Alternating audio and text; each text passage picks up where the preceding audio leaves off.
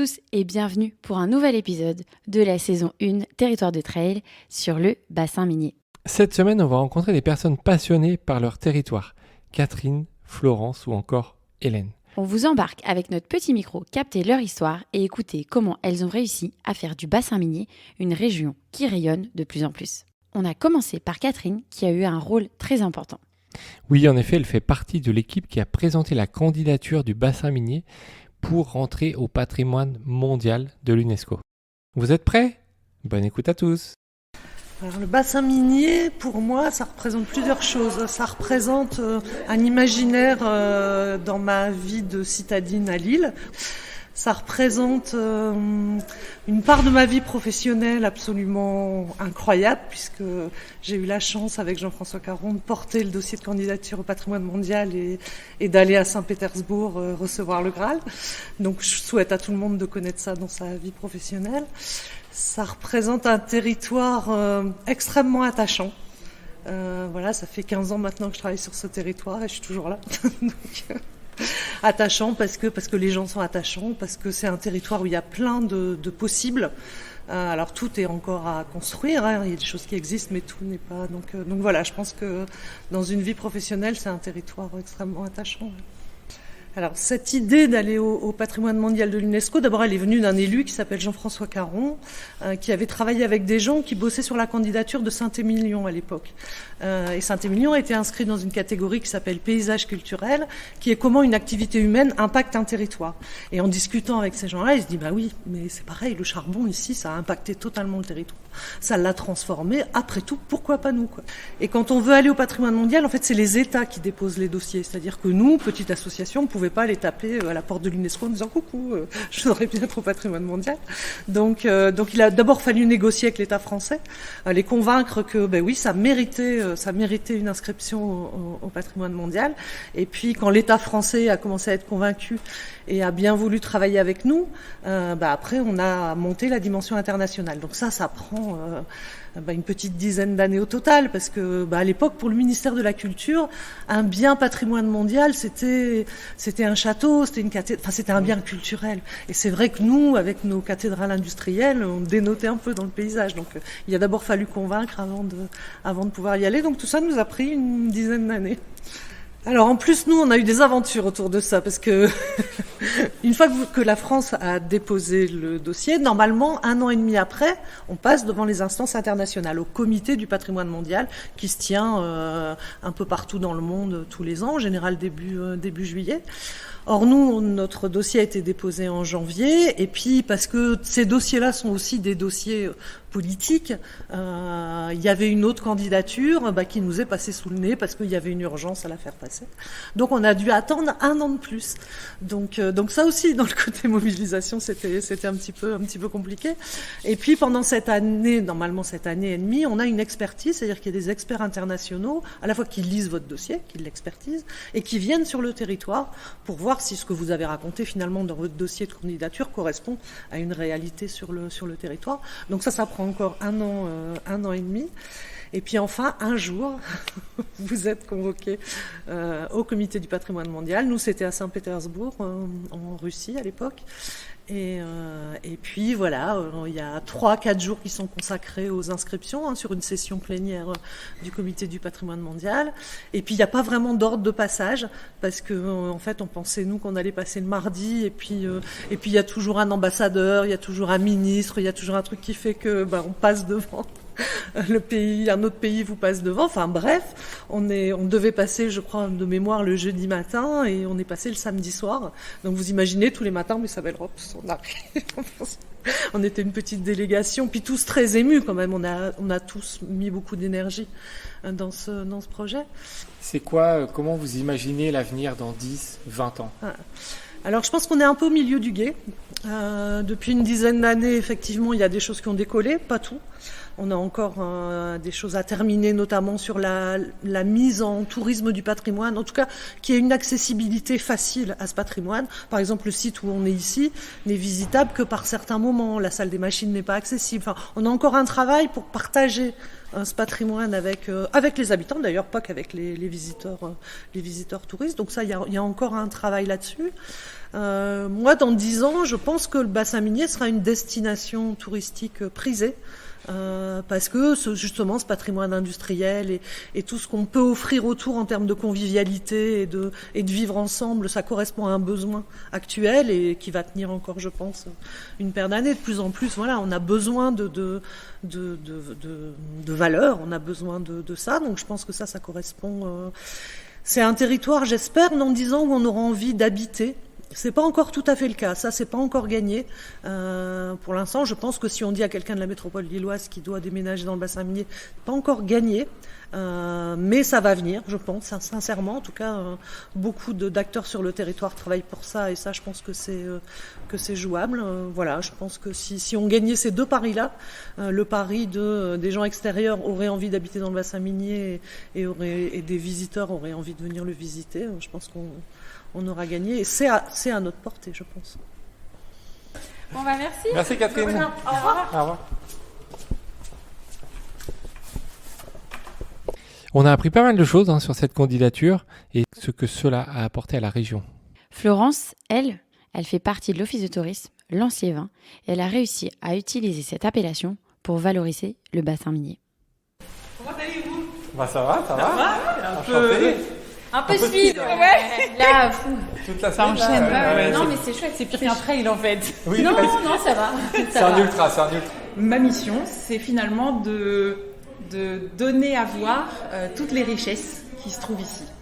Qu'elles soient culturelles, qu'elles soient gastronomiques, gourmandes, qu'elles soient sportives, qu'elles soient historiques, et qu'elles s'adressent à la famille, à des gens amateurs de culture ou de bière ou de sport. Voilà, c'est de donner à voir et donner envie de venir. Et tout le challenge, il est là, parce qu'en général, quand on vient, on y est bien et on a envie de revenir et envie d'en parler. Comment vous avez eu l'idée de transformer ça ?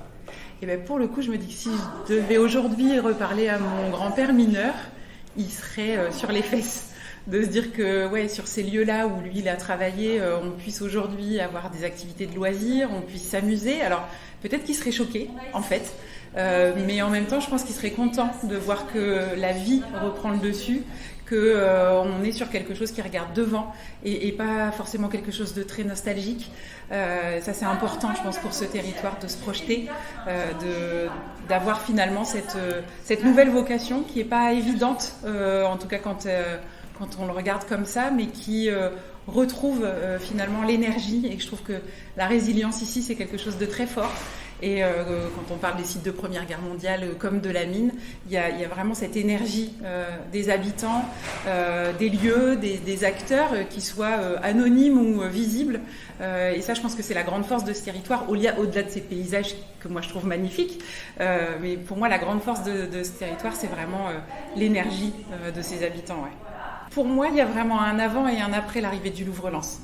Dans le tourisme, le démarrage, alors effectivement il pouvait y avoir sur les zones autour de la Première Guerre mondiale, les Britanniques venaient déjà bien avant le Louvre-Lens, ça c'est certain, il y avait déjà un tourisme de mémoire, mais le vrai déclencheur c'est l'arrivée du Louvre-Lens qui a complètement changé d'abord le paysage et puis le regard qu'on pose sur ce territoire, que ce soit à l'interne des habitants ou depuis l'extérieur.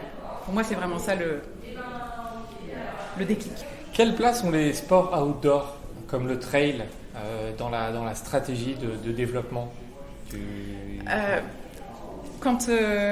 pour moi, le trail et les sports de nature, ça fait référence au sens de l'effort. Chez nous, à l'Office de tourisme, on a une signature qui s'appelle le sens de l'essentiel. Ici, on a 5 sens. Le sens de la famille, le sens de la fête, le sens de l'histoire, le sens du partage et le sens de l'effort. Pour moi, c'est vraiment ça, les sports de nature. Et le fait d'adosser ça à nos terris, ça rend aussi hommage à ceux qui ont fait ces efforts-là, des dizaines d'années avant les trailers. Quand je rencontre un trailer qui me dit « moi je cours parce que mon grand-père, c'est lui qui me donne son souffle », j'ai toujours les poils, j'ai toujours énormément d'émotions. Et pour moi, ça fait vraiment sens, en fait. Ça fait vraiment partie du renouveau du territoire de se dire que finalement, sur des richesses historiques, on arrive à faire de la pratique de loisirs, à faire du sport, et puis à garder en tête l'histoire que portent ces lieux. Moi, je trouve ça assez fabuleux et toujours très émouvant. Pour moi, sur le bassin minier, alors ça peut être évident comme ça peut ne pas l'être.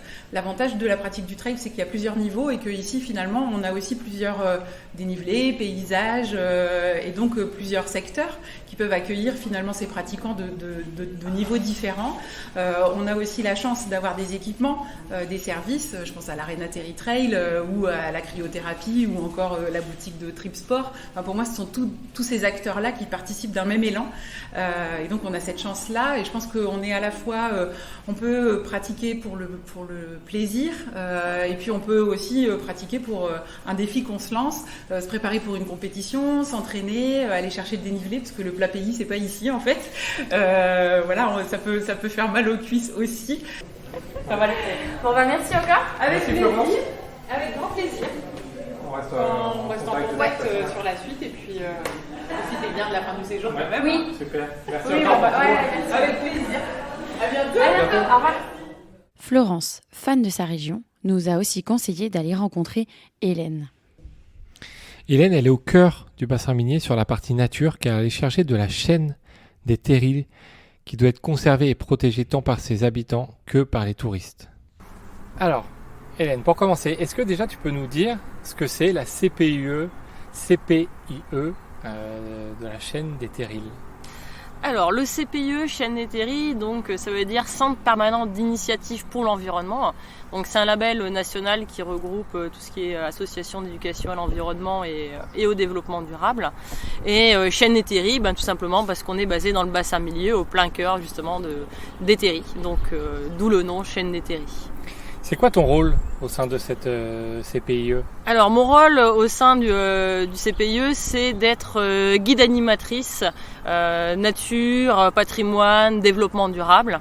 Donc je fais autant des visites guidées, découvertes, randonnées sur les terris et tout ce qui est friche minière, mais aussi des animations en salle axées sur la nature ou le développement durable. Alors on avait au niveau de l'organisation donc les mineurs qui descendaient au niveau du puits du Chevalement, présents sur ce qu'on appelle le carreau de fosse. Donc le carreau de fosse, c'est le lieu où on va retrouver toutes les infrastructures au jour liées à la mine. Donc les mineurs descendaient, accédaient aux galeries, cassaient le charbon, cassaient aussi des roches. Le tout remontait, ça passait dans la salle de tri. Et là où justement on avait les femmes et des enfants qui avaient le rôle de trier le charbon des roches.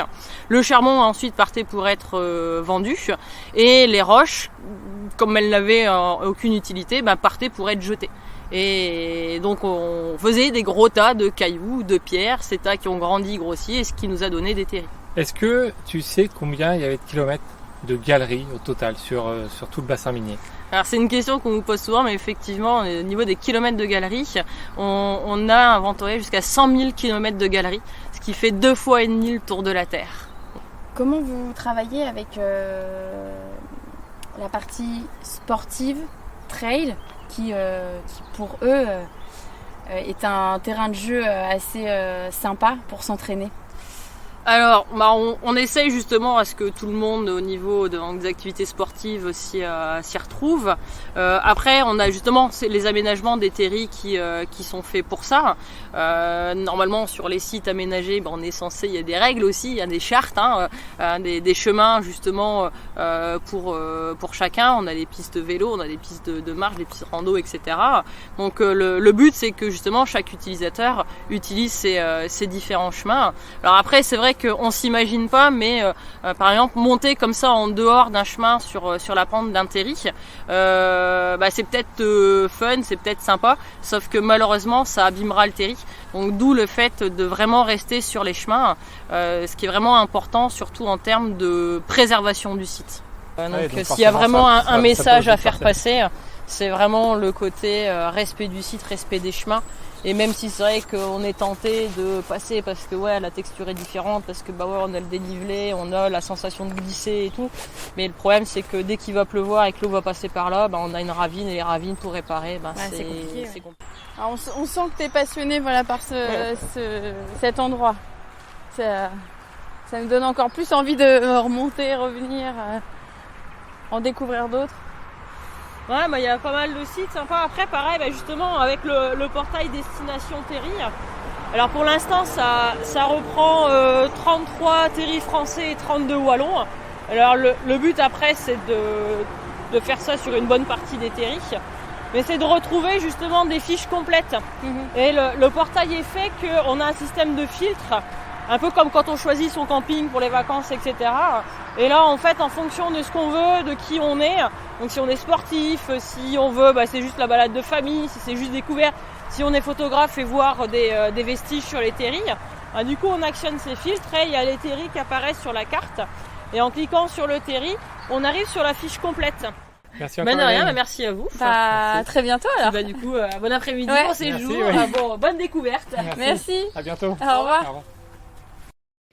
On espère que cet épisode sur la région vous a plu et que cela vous a permis d'en apprendre un peu plus sur le patrimoine du bassin minier et de voir que sa protection est clé pour son développement. La semaine prochaine, on vous parlera des parcours trail pour vous donner 2-3 idées d'endroits à découvrir dans la région. N'hésitez pas à nous faire des petits retours sur nos réseaux sociaux, Instagram et Facebook, Territoire de Trail, et nous partager vos coups de cœur dans cette région ou ailleurs. On vous dit à la semaine prochaine, mercredi 18h30 pour un nouvel épisode et découvrir les plus beaux territoires de trail.